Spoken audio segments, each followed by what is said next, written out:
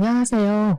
저는 지금 40대 초반의 나이로 귀하게 얻은 아이를 하나 키우고 있는 초보 엄마랍니다. 어쩌다가 제가 이곳을 찾아오게 되었는지 궁금하실 텐데요. 정말 다시 생각해도 어이가 없고 기가 막히는 내로남불, 내가 하면 로맨스, 남이 하면 불륜의 끝판왕을 제보하러 왔습니다. 저도 맨날 당하기만 하다가 제대로 한 방을 먹이고 나니까 어디 가서 자랑이라도 하고 싶고 막 깔깔거리면서 비웃어주고 싶은데 마땅치가 않더라고요.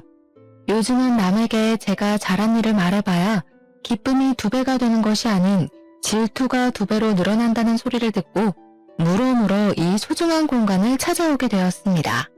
물론 제 사연이 어떻게 소개될지 여러분들에게 들려드릴 수 있는 이야기로 뽑히게 될지 잘 모르겠지만 그래도 글로 한번 풀어보고 나면 제 속이 시원해지지 않을까요? 처음 만남부터 끝까지 하나부터 10까지 전부 저와 맞지 않았던 어마어마한 그 여자에 대한 이야기를 한번 시작해 보도록 하겠습니다. 제 이야기를 들어보시고 세상에 이런 내로남불의 끝판왕이 있는 건지 공감 한번, 그리고 저에게 그동안 마음고생했겠다 하는 위로 한번 부탁드립니다. 다시 이야기를 꺼내보려고 하니 가슴이 무척이나 콩닥거려서 시작을 어디서부터 해야 할지 모르겠지만 일단 한번 한 글자 한 글자 풀어보겠습니다. 저는 꽤 늦은 나이 37살이라는 나이에 동갑내기인 남편을 만나게 되어서 열렬한 연애는 아니었지만 서로 꽤 잘 맞는다는 판단하에 결혼까지 골인을 하게 되었습니다. 물론 나이가 있었기 때문에 새로운 사람을 만나 또다시 연애를 하고 이 사람이 어떤 성향인지 어떠한 버릇이 있는지를 다시 맞춘다는 게 힘들기도 했었습니다. 적당히 괜찮은 사람이라면 그냥 결혼을 해도 나쁘지 않겠다 수준이었는데 생각보다 남편과 저는 여러 가지 부분에서 잘 맞는 구석이 있었습니다. 거기다가 둘 다 나이가 있었으니 그동안 모아두었던 자금 또한 꽤 넉넉한 수준이었기 때문에 돈을 합쳐서 집을 구하고 살림을 차리는데 어려움이 없었습니다. 결혼을 하겠다는 이야기가 나온 이후에 양가에서는 드디어 이 골칫덩어리들을 치운다고 생각을 하신 건지 저희 부부보다 더 신이 나서 준비를 해주셨습니다. 미웃는 떡 하나 더 주신다는 건지 양가에서 이거저거 다 챙겨주시고 제발 이제 집에서만 나가달라고 하셔서 저희 부부는 어이가 없기도 했었습니다. 아무튼 두 집안에서 찬성하는 결혼을 하게 되었고 둘 다 나이가 꽤 있었기 때문에 아이를 빨리 낳아서 키우고 싶다는 생각을 꾸준히 하게 되었습니다. 더 있다가는 노산이고 자연 임신이 더 힘들어질 것이라는 산부인과의 말에 따라 저희는 결혼 초부터 산부인과를 꾸준히 다니며 임신을 위한 준비를 하게 되었습니다. 물론 처음에는 너무나도 어렵고 은근히 부끄럽기까지 한 검사들의 속이 상한 적도 있었고 하고 싶지 않다는 생각을 하기도 했었습니다. 하지만 그때마다 남편이 빨리 우리를 닮은 아이들을 낳아서 북적북적하게 행복하게 살자며 저를 다독여주고 감싸 안아주었기에 더 힘내서 노력을 할 수 있었습니다. 만약 저 혼자만의 노력으로 이 모든 일을 해야 했다면 중간에 몇 번이고 포기를 하고 싶었던 적이 꽤 있었을 것 같습니다. 저희 부부가 임신을 위해 노력을 하고 있다는 것을 양가에서도 물론 잘 알고 있었기에 저에게 오히려 조심스러운 모습을 보여주시면서 제가 불편함을 느끼지 않도록 해주셨습니다. 의외로 깐깐하실 줄 알았던 시부모님께서는 저와 남편의 결혼을 좋아하셨고 저에게도 잘 지내보자는 말을 몇 번이나 건네시며 본인들을 어려워하지 말라고 하셨습니다. 시부모님께서는 제 눈치를 살피시면서 자기들은 시집살이나 구박 이런 거 전혀 하지 않을 거고 제사도 없다면서 좋은 시댁이 되겠다고 약속을 해주셨습니다. 대신에 저에게 지켜야 할 부분이 있다며 내년 있는 명절 2번만큼은 꼭 시댁에서 밥을 같이 차리고 같이 식사를 하자고 하셨습니다. 늘 그런 식으로 명절을 보내왔다고 하시는데 사실 1년에 2번 가서 밥 차리고 밥 먹고 하는 거라면 누가 못하겠어요. 당연히 저도 할 수 있다고 말을 했습니다. 무슨 일이 있어도 명절은 시댁에서 보내기로 하고 결혼을 하게 된 것이었는데 결혼 후 첫 명절에 왜 시부모님께서 같이 밥 먹는 것을 그리 어려워하시며 말을 했는지 알게 되었습니다. 시댁에는 정말 제대로 된 악당이 하나 살고 있었는데 그건 바로 남편의 누나 손위 신우였습니다. 결혼식을 코앞에 둔 어느 날 추석이 다가와서 미리 예행 연습을 할 겸 시댁의 식사 분위기를 알아볼 겸 시모가 말을 했던 것처럼 시댁에 찾아가게 되었습니다. 어차피 가족이 될 사이인데 결혼식 전이라고 시모가 미리 말했던 시댁 행사를 참석하지 않는 것도 이상해 보일 것 같아서 시간을 내서 찾아가게 된 것입니다. 저는 일단 첫 명절이기 때문에 옷도 나름 갖춰 입고 인사를 드린 뒤에 옷을 편한 옷으로 갈아입고 시모의 일을 도우려고 준비를 마쳤습니다. 제가 옷을 갈아입고 나타나니 시모가 화들짝 놀라면서 오늘은 그냥 손님으로 온 것이니 편안하게 있다가 가라고 맛있게 밥을 해주시겠다고 하시더라고요. 이왕 온 거 저도 시모를 도와서 일을 하겠다고 시모와 웃으면서 실랑이를 벌이고 있었습니다. 사실 제가 와서 어떻게 손님처럼 가만히 앉아서 차려주시는 밥상을 받아먹고 있기만 할 수 있겠습니까? 애초에 시댁에 방문을 한 이유도 시모를 도와서 일을 하려고 했었던 것이기 때문에 시모와 실랑이를 벌이며 주방 앞에서 투닥투닥 하고 있었습니다. 시모도 내심 기분이 좋은지 앉아있어라 오늘은 손님이다 하시면서도 적극적으로 저를 밀어내지 않으시더라고요. 그렇게 한참 대화를 나누면서 식사를 차릴 준비를 막 시작했는데 그때 잠옷 차림을 한 신우가 떡진 머리를 벅벅 긁으면서 방에서 걸어 나오고 있었습니다. 뭐야, 시끌시끌하길래 밥 다 된 줄 알았더니 밥 안 됐어? 신우가 인상을 팍 쓰면서 하품을 찍 하는데 눈앞에 저는 보이지 않는 건지 제가 약간 민망한 기분을 지우지 못한 채 신모와 신우를 번갈아 가면서 보았습니다. 신우는 그런 신우의 꼬락서니가 익숙하다는 듯이 작게 한숨 한 번 쉬고는 아직 밥 안 됐다고 이제 준비를 할 예정이라고 말을 했습니다. 배고파 죽겠는데 이제야 밥을 차린단 말이야? 미리미리 좀 해놓지. 마치 아랫사람을 시키듯이 비아냥거리면서 말을 하는 신우가 못같게 보이긴 했지만 제가 손아랫 사람이니까 신우를 마냥 무시하고 신우를 도와 일을 할 수는 없지 않겠습니까? 신우의 꼬락서니가 영 별로였지만 안녕하세요 하고 인사를 드렸습니다. 신우가 남편보다 2살이 많았기 때문에 저랑도 2살 차이가 났거든요. 이제 해가 지나면 마흔이 되는 사람인데 명절 당일 아침에 저런 꼴을 하고 나온다는 게 좀 어이가 없긴 했지만 신우도 잔소리를 하지 않으니 저도 말을 속으로 삼켰습니다. 거기다가 신우는 9살이 된 딸도 하나 있었는데 10년 전에 결혼을 했다가 얼마 살지 못하고 성격 차이를 운운하면서 이혼을 했다고 하더라고요. 이혼을 한 이후에 오갈 곳도 없고 신우가 일을 하는데 딸을 맡아줄 사람이 없다고 하면서 시댁에 눌어붙기 시작했던 것이 아직까지도 이어지고 있는 중이었습니다. 그래도 시부모님의 형편 자체가 넉넉한 편이라서 아이를 키우는 데 도움도 많이 주시고 뭐 이래저래 신우한테 따로 생활비도 받지 않는다고 하셨습니다. 신우가 무슨 일을 하는지 꽤 궁금해서 남편에게 물어본 적이 있었는데 자기 말로는 프리랜서 방송 작가로 일을 하고 있다고 말을 하고 다닌다고 하더라고요. 하지만 오랜 시간 신우를 지켜본 남편의 말로는 일을 하는 모습을 거의 본 적이 없다면서 도대체 어떤 방송 작가로 일을 하고 있는지 궁금하다 했습니다. 신우가 대본을 쓰는 작가라고 하니 밤낮이 바뀌는 것도 슬쩍 이해가 가긴 했어요. 원래 글이라는 게 이상하게 밤에 쓰면 감성이 촉촉하게 묻어나잖아요. 신우에게 인사를 한 이후에 신우가 저를 아래 위로 한번 슬쩍 보더니 왔어? 하고 더 이상 말을 하기를 거부하는 건지 부엌에서 딴청을 부리더라고요. 저는 그래도 신우랑 잘 지내고 싶은 마음도 있었고 아무래도 결혼 직전이니까 일부러 더 살갑게 신우에게 말을 붙였습니다. 신우, 방송작가 일은 잘 되고 있으세요? 나중에 어떤 작품인지 알려주세요. 본방사수 할게요. 왜? 내가 집에서 놀고 먹기만 하는 것 같아? 내 작품은 굳이 올케가 안 봐줘도 잘 되니까 괜찮아. 저는 그냥 인사치레로 물어본 말이었는데 신우가 너무 날선 반응을 하는 것 같아서 솔직히 조금 멈칫하기도 했습니다. 제가 순간 기가 죽어서 아무 소리도 하지 못하자 신우가 신우에게 잔소리를 하셨습니다. 그냥 가족이 될 아이가 궁금해서 물어본 거 가지고 날선 반응을 하고 있냐면서 우더른이면 우더른답게 행동을 해야 한다고 말입니다. 신우는 그 소리조차 듣기 싫었는지 신경질을 한번 부리더니 방 쪽으로 걸어가더라고요. 사실 제가 고등학교 시절부터 대학을 졸업할 때까지 문학 동아리에서 활동을 했었기 때문에 또 글밥이랑은 아주 인연이 깊은 사람이거든요.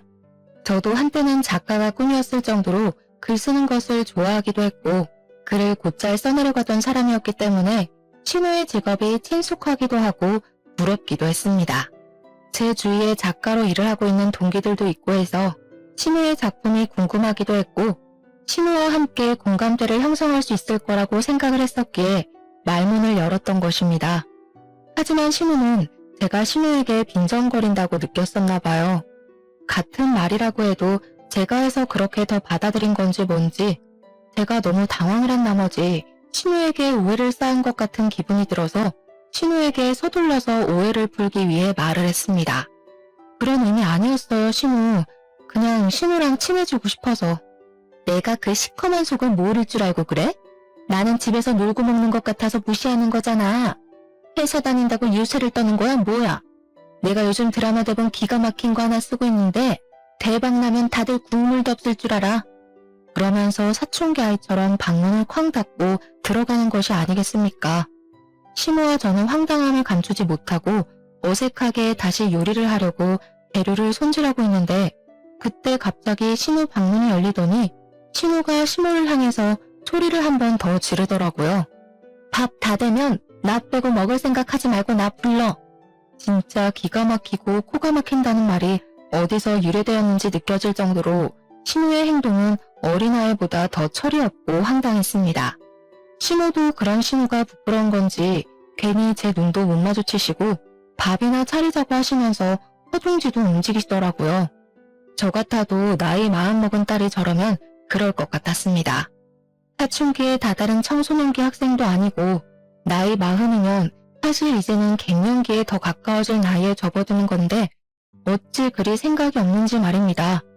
천사 같은 신우 밑에서 저런 막장인 사람이 태어났다는 것도 신기할 따름이었습니다. 저는 뭐 일부러 못 들은 척 모르는 척 신우를 도와 상을 차렸습니다. 대충 식사를 다 차리고 나서 식구들을 부르고 마지막으로 신우까지 불러서 식탁에 둘러앉아 밥을 먹기 시작했는데 다들 반찬 맛있다며 칭찬을 해주셨습니다. 시부께서는 신우의 음식 솜씨가 워낙 좋지만 며느리가 거들어서 그런지 더욱 맛있는 것 같다고 일부러 제 칭찬을 더 해주시면서 분위기를 끌어올리셨습니다. 신우도 맞장구를 쳐주시면서 늘 혼자 준비해서 심심했는데 며느리가 오니까 복작복작하게 느껴지는 게 훨씬 수월하고 좋았다며 저를 예뻐해 주셨고요. 시부모님 두 분이 저를 칭찬을 해주시니 저도 기분이 좋아져서 남편이랑 웃으면서 밥을 먹고 있었는데 오로지 딱 한 사람, 신우만이 불퉁한 얼굴로 앉아서 밥을 먹더라고요. 이거는 뭐 흉도 아니긴 하지만 저희 신우 풍채가 진짜 남다르게 좋은 편이거든요. 키는 전혀 큰 편이 아닌데 몸무게는 엄청나게 많이 나가는 사람이었습니다. 신우가 밥을 많이 먹는다는 것을 아는 신우가 볶음밥을 산더미처럼 퍼서 줬는데 사실 저는 그 밥을 보고 이걸 누가 다 먹냐고 엄청나게 놀랐었어요. 이걸 사람이 한 끼에 다 먹을 수 있다고요? 할 정도로 밥을 꾹꾹 담아서 퍼주었음에도 불구하고 신우는 밥이 부족하다면서 밥솥을 여는 게 아니겠습니까? 그런데 신우랑 저랑 밥을 할 때 밥이 애매하게 남으면 꼭 찬밥이 된다고 인원수 딱 맞춰서 밥을 하자고 하셔서 밥이 밥솥에 남아있는 게 없었습니다. 마지막 쌀 한 톨까지 싹싹 긁어서 신우의 밥그릇에 전부 올려놨기 때문이었죠. 거기다가 그 정도 밥 퍼줬으면 충분히 무슨 넘친다고 생각을 했고요. 신우가 밥솥에 밥이 없자 신경질을 확 내면서 저를 째려보는 게 아니겠습니까? 저는 왜 저한테 불똥이 튀는지 알 수 없었습니다. 일부러 밥 적게 한 거야? 나 배고프라고? 당장 쌀 씻어. 밥해. 밥을 먹다 말고 밥을 또 하라고요? 이가 먹고 누구 코에 붙여. 즉석밥 같은 것도 없어 집에? 도대체 우리 집엔 있는 게 뭐야? 그러더니 제 남편을 보고 나가서 즉석밥이라도 사오라고 신경질을 부리는 게 아니겠습니까? 오죽하면 시부모님도 황당했는지 일단 앉아서 있는 밥이나 다 먹고 말을 하라면서 신우를 말렸습니다. 지금 마누라 앞이라고 무게 잡는 거야 뭐야? 나 이걸로 모자라다니까? 명절날 점심부터 이게 뭐하는 짓이야? 나이를 먹었으면 철이라도 들어야지. 그냥 있는 밥이나 다 먹어. 남편도 지지 않고 신우에게 모진 말을 뱉더라고요. 저는 가운데서 시부모 눈치 보랴 남편 눈치 보랴 새우등 터지는 꼴로 앉아서 깨작깨작 밥을 먹고 있었습니다. 신우는 가족들이 본인의 편을 들어주지 않고 계속 무시를 하자 그게 분했는지 뭔지 갑자기 숟가락을 탁 내려놓고는 방으로 들어가더라고요. 먹는 걸로 치사하게 군다 진짜. 더러워서 안 먹어. 신우가 들어가고 나서 신우 밥 공기를 보니까 깨끗하게 싹싹 비워냈더라고요. 방으로 들어간 신우는 가족들이 식사를 마칠 때까지 나오지 않았습니다. 시부모님도 민망한지 고개 푹 숙이고 식사를 하시는데 여념이 없었고 남편만 혀를 끌끌 차면서 방으로 들어간 신우를 째려보더라고요. 어휴 저 화상 저것도 누나라고. 설거지하기 싫으니까 술을 쓰면서 들어가네. 불편하고 어색한 분위기 속에서 밥을 다 먹고 설거지까지 신우랑 저랑 오순도순 해치운 다음에 다 같이 앉아서 과일을 깎아 먹을 준비를 하고 있었습니다. 그런데 우리끼리 과일을 깎아 먹으려고 하니까 방에 들어가 있는 신우가 은근히 신경 쓰이고 불편하지 않겠습니까? 결국에는 제가 신우 방에 노크를 하고 같이 과일이나 먹자면서 신우를 불렀는데 신우가 불퉁한 표정으로 방문을 열더니 저에게 그러더라고요. 과일? 나는 과일 같은 건 헛배 불러서 별로 안 좋아하는데. 빵 없어? 롤케이크 같은 거라도 사서 왔어야 하는 거 아니야? 어떻게 된 게 내 동생이나 올케나 이렇게 센스가 하나도 없을 수가 있지? 제가 쏟아지는 질책에 어이가 없어서 이걸 들이받아야 하나 말아야 하나 고민을 하고 있는데 신우가 피식 웃더니 저한테 그러더라고요. 보통 이 정도 하면 나가서 사오던데 눈치가 없는 편이구나? 나는 우유크림 들어있는 게 좋더라. 누나는 손이 없어 발이 없어? 애도 엄마랑 아빠가 다 봐주고 누나는 방에서 뭐 한다고 그렇게 바빠? 내가 잘 나가는 드라마 작가 되면 알짤없어? 진짜 두고 봐. 그러더니 다시 한번 방문을 쾅 닫더라고요. 진짜 시부모님이 안쓰럽게 여겨질 정도로 신우의 행동은 어처구니가 없었습니다.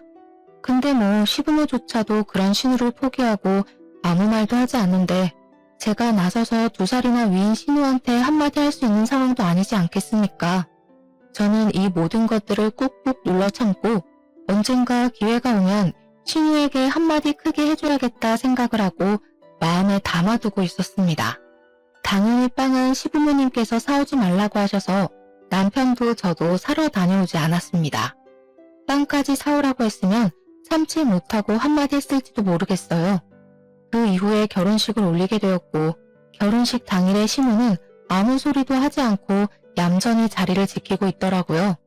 얼마나 가슴이 조마조마했는지 시집살이를 시키지 않겠다는 말을 지키려고 노력을 하시는 건지 뭔지 시부모님은 저에게 따로 연락조차 하지 않으시며 일상을 보내고 있었습니다.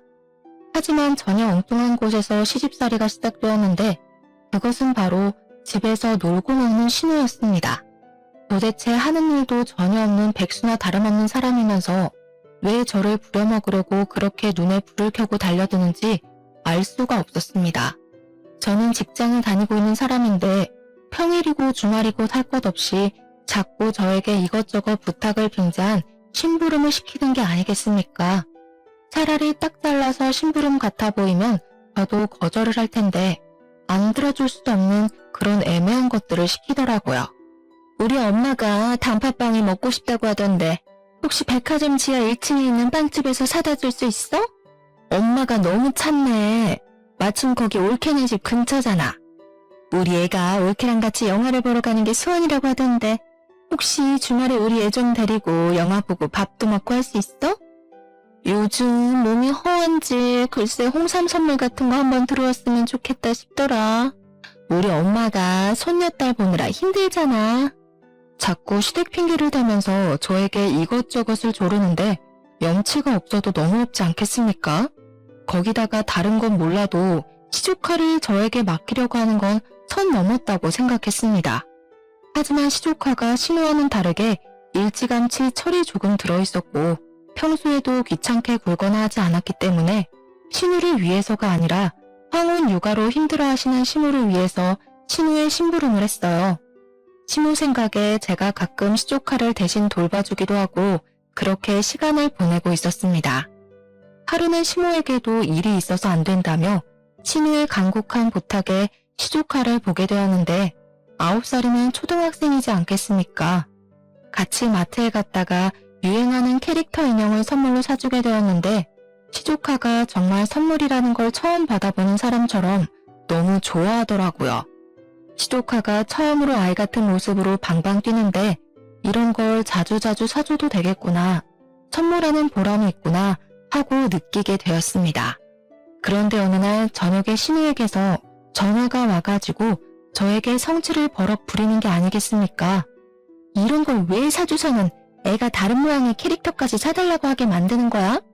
그 많은 것들 중에서 덜렁 한 개만 사줄 거면 올케 때문에 우리 애가 인형 사달라고 조르고 난리가 났으니까 다른 인형까지 올케가 사줘. 신우, 하나씩 모으는 재미가 있어야죠. 신우가 좀 챙겨주세요. 요즘 애들은 저런 거 하나씩 다 가지고 논대요. 가끔 칭찬해줄 일 있을 때마다 하나씩 사주면 되잖아요. 내가 대기업에 다니니 뭘 하니?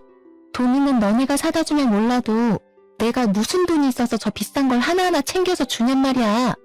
내 옆에서 듣고 있던 남편이 씩씩거리면서 전화를 바꿔들고는 앞으로는 국물도 없을 줄 알라고 사줘도 이런 전화를 받아야 하는 거냐고 버럭했습니다. 그 뒤로는 신우의 행동은 아주 파격적으로 변하게 되었는데 제가 시댁에만 가면 저를 못 잡아먹어서 안달이 난 사람처럼 옆에 딱 붙어서 참견을 해댔습니다. 밥을 할 때도 제가 만든 반찬만 콕 골라집고는 맛이 없네, 간이 짜네, 이렇게 먹다가는 나트륨 중독에 걸리겠네 하면서 쓸데없는 트집을 잡기도 했고요. 남편이 결혼하고 운동을 열심히 해서 살이 조금 빠졌는데 제가 제대로 먹이질 않고 일만 시켜서 살이 빠진 것처럼 꾸며대며 이야기를 하더라고요. 하루는 시조카가 제가 새로 산 휴대폰을 보고 휴대폰을 구경해봐도 되냐고 묻길래 그러라고 했더니 가져가서 아무거나 막 눌러보더라고요. 처음에는 별 신경을 쓰지 않았는데 제가 회사 일 때문에 메신저 앱에 비밀번호를 걸어놓은 걸 그 비밀번호를 풀겠다고 아무 숫자나 막 눌러보는 겁니다. 박은 엄마, 왜 비밀번호가 걸려있어? 이거 풀어주면 안 돼요? 나도 친구들한테 메시지 보내고 싶은데. 하지만 제 메신저 앱에는 회사 보안 문제가 잔뜩 걸린 일들이 가득해서 안 된다고 시조카에게 딱 잘라서 이야기를 하게 되었습니다.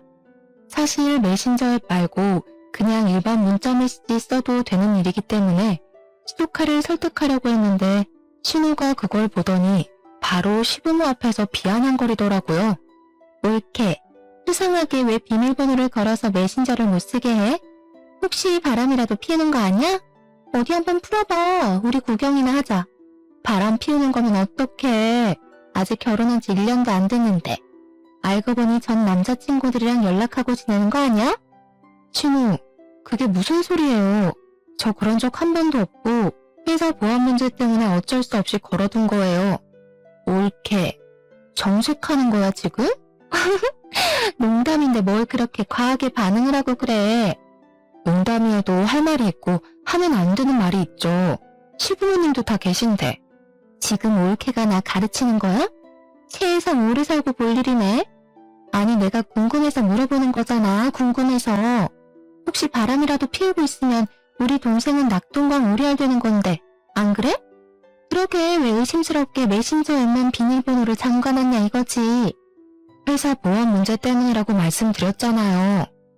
세상에 어느 회사가 이런 메신저로 일거리를 주고받아? 다 회사 이메일이나 그런 거 쓰는 거 아니야? 자꾸 숨기니까 더 의심되네. 어디 한번 까봐. 신우가 자꾸 말도 안 되는 트집을 잡으면서 요구를 하니까 한번 보여줄까 하는 생각이 들다가도 열이 받아서 보여주고 싶지 않더라고요. 저랑 신우랑 대치를 하고 있는데 분위기가 점점 험악해지니까 시부가 나서서 중재를 한다고 제 편을 들어주셨습니다. 막장 드라마 같은 것만 보고 있으니까 그런 식으로밖에 상상이 안 되지. 말 본세하고는 할 말이 없어서 그런 말을 농담이라고 해? 우리 가족 맞아? 나도 올케랑 친해지고 싶어서 그런 건데 왜 나만 가지고 그래? 그러면서 또 방으로 들어가 버리는 게 아니겠습니까? 진짜 제 앞에 있는 시조카보다 정신 연령이 어린 것 같아 보였습니다. 오죽하면 시조카가 저에게 외숙 후 죄송하다면서 휴대폰을 돌려주더라고요. 괜찮다고 말을 하긴 했지만 시조카가 조금 안쓰러워 보이고 마음이 쓰였습니다. 그 뒤로 한동안 시댁에 불편해서 발걸음하지 않았네요. 사실 저희 부부는 결혼 초부터 산부인과를 다니면서 아이를 가지기 위해 노력을 많이 했었는데요. 병원에서 몇 차례 배란일에 시도를 해보라고 해서 배란일 체크도 하고 백방으로 노력을 했지만 아이가 잘 들어서지 않았어요. 그래서 결혼하고 1년이 지나면 시험관을 하기로 했었습니다. 때마침 결혼 일주기가 다가오고 있었고 더 늦어지면 정말 마흔이 넘어서 아이를 낳을 수도 있겠다는 불안함이 생기더라고요. 저와 남편은 조금 몸이 힘들더라도 하루빨리 아이를 가지고 싶다는 생각에 시험관 시술을 하기로 결정을 했고 그 복잡하고 힘든 과정을 2차례 반복을 했습니다. 첫 술에 배부를 수 없다는 말처럼 처음에는 실패로 돌아갔기 때문에 2번째에는 영양제도 더 잘 챙겨 먹고 마음의 안정을 가지려 노력을 하면서 시도를 하게 됐습니다. 간절한 바람 때문이었는지 아니면 정말 때가 되어 찾아오게 된 것인지 시험관 2번째 시도 만에 뱃속에 우리의 소중한 결실이 자리 잡게 되었습니다. 저는 안정기가 올 때까지 시댁과 친정에 알리지 않았고 병원에서도 착상이 잘 되었지만 임신 10주가 넘어갈 때까지는 조심하라고 해서 정말 조심하면서 지냈습니다. 당연한 수순으로 아이를 위해 저는 회사에도 사표를 내게 되었고 그렇게 뱃속에 자리 잡은 아이가 무럭무럭 자랄 때까지 꼼짝도 하지 않고 지냈습니다. 그 덕분에 아이는 건강하게 매주 자라났고 저는 그제야 시댁과 친정에 알렸으며 양가에서는 눈물을 줄줄 흘릴 정도로 너무 좋아하셨습니다. 엄마가 된다는 것은 또 새로운 경험이었기 때문에 정말 공부할 것이 많아서 하루 종일 집에서 태교에 힘쓰고 육아에 대한 공부를 하면서 하루하루를 보냈습니다. 하지만 신우는 제가 임신한 것이 불만이었는지 뭔지 대놓고 말은 못하지만 은근히 구시렁거리더라고요. 저는 아이에게 좋은 것만 들려주고 싶어서 시댁의 발길을 끊었습니다. 당연히 이 부분은 시부모님께서도 양해를 해주셨기 때문에 가능한 일이었습니다. 아이를 출산한 이후에는 정말 육아가 지옥이라는 말이 왜 생겼는지 알 수 있을 만큼 정신없는 나날을 보내게 되었습니다. 아이만 바라보면서 살기 시작한 지도 1년이라는 시간이 흐르고 저는 경력이 단절되어 버린 제 사회생활을 그리워하면서 지내게 되었습니다.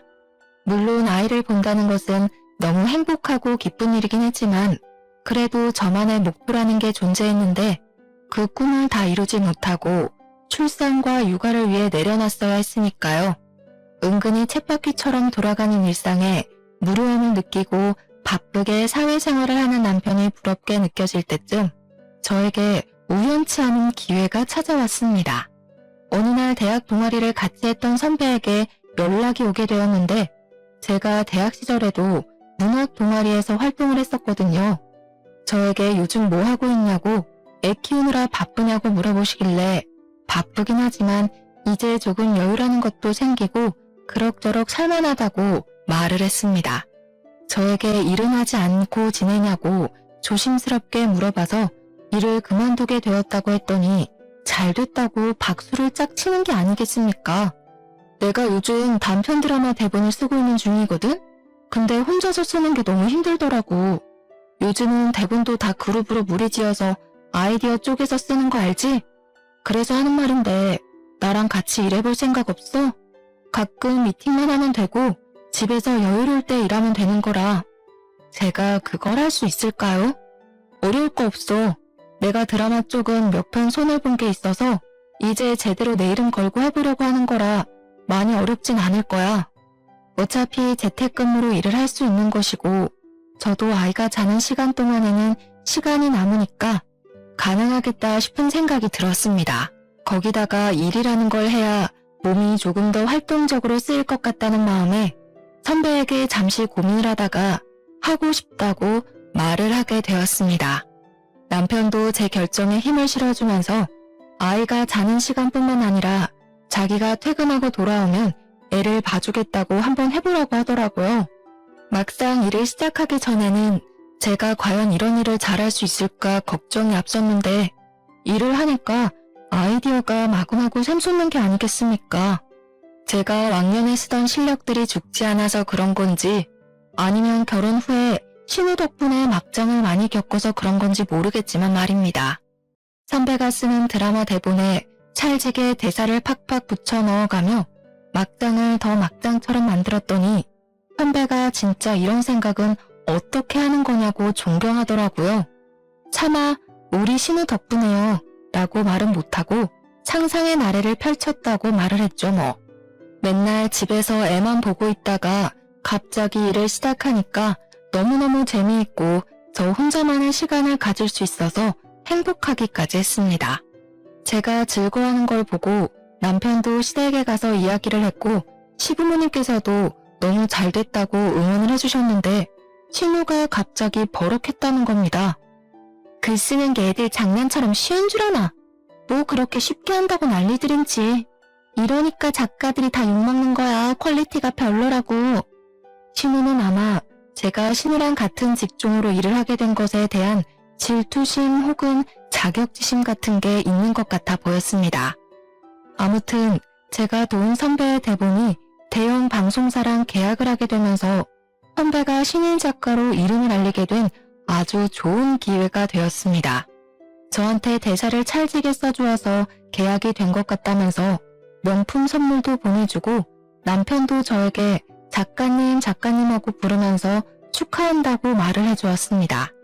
시댁 친정에서도 드라마 계약 소식을 전해 듣고 대견하다고 해주었는데 유일하게 신우 한 명만 배알이 꼬여서 어쩔 줄 몰라 하더라고요. 이유야 뭐 뻔하지 않겠습니까? 자기도 방송 작가라고 말을 하고 다니는데 제대로 이름을 날린 게 한 편도 없으니까요. 올케 이름으로 들어간 작품도 아닌데 작가님은 무슨.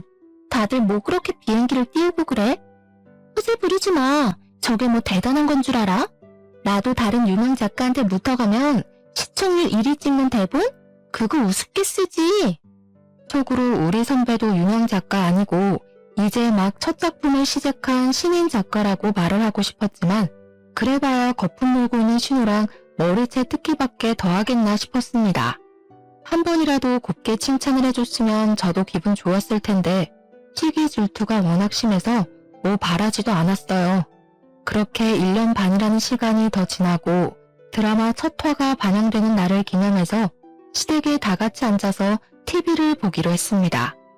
솔직히 저는 그냥 대사만 거들었던 드라마였지만 시부 시모가 너무너무 재미있다면서 엄청나게 집중을 해서 드라마를 시청해 주시더라고요.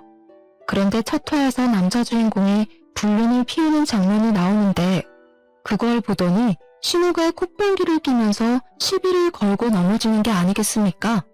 올케, 진짜 바람 피우는 거 아니야? 대본을 어떻게 저렇게 쓸 수 있지? 하루 이틀 해본 솜씨가 아닌 것 같은데? 그러면서 제 남편을 보면서 이렇게 이야기를 하더라고요. 동생아, 이 누나 말 잘 들어. 저런 경험이 없으면 대본도 쓸 수가 없는 거야. 예전에 올케가 휴대폰에 메신저도 숨기고 하던 거 기억하지? 올케가 남자 만나고 그러고 다니는 거 아니야? 우리 동생 진짜 조심해야겠다. 그러면서 제 불륜을 다시 한번 의심하는 게 아니겠습니까? 속에서 뜨끈뜨끈한 열불이 막 올라오더라고요. 시댁 식구들 다 집중해서 드라마를 보고 좋은 분위기를 형성하고 있었는데 찬물을 끼얹어도 어떻게 이렇게 완벽한 타이밍에 확 던지는 건지 저도 참지 못하고 신우에게 결국 한 방을 던지기로 결심하고 입을 뗐습니다. 아, 작가의 경험이 대본에 녹아드는 거라고 하셨죠? 그럼 형님도 지금 쓰시고 있는 대본 다 형님 경험이신 거예요? 신우 얼굴이 순식간에 새하얗게 질리는 게 아니겠습니까? 사실 지난 명절에 신우가 시켜서 시댁 구석구석 청소기를 돌리고 신우 방에도 청소기를 돌려주겠다고 들어간 적이 있었습니다. 그때 우연치 않게 켜져 있는 노트북을 발견했고 대본이 쭉쭉 써져 있는 걸 봤는데 저장을 해두지 않았더라고요. 혹시 제가 청소하다가 건드리기라도 할까봐 저장 버튼을 눌러주었습니다. 그러다가 정말 의도치 않게 신우가 쓴 대본을 몇 줄 읽게 되었는데 내용이 정말 저급한 삼류소설이 따로 없다 싶을 정도로 구렸습니다. 읽어보니까 여자 주인공이 남편 몰래 바람을 피워서 이혼을 당하고 사는 이혼녀의 내용이었는데 이혼 후에 만난 여러 남자들에 대한 이야기를 시나리오 형식으로 써놨더라고요. 이 내용만 봐도 어떤 건지 딱 감이 오지 않겠습니까? 바로 신우가 일기처럼 본인 경험에 대해 줄줄 늘어놓은 것이구나 하는 생각이 들었습니다. 그래서 저는 드라마가 끝나기 무섭게 TV를 끄고 시부모님이 듣고 계신 자리에서 당당하게 다 말을 했습니다. 신우, 저 정말 궁금해서 그러는데 혹시 바람 피워서 이혼당하신 거예요? 예, 아니야. 그 썩을 사위놈이 바람을 피워서 이혼한 거야.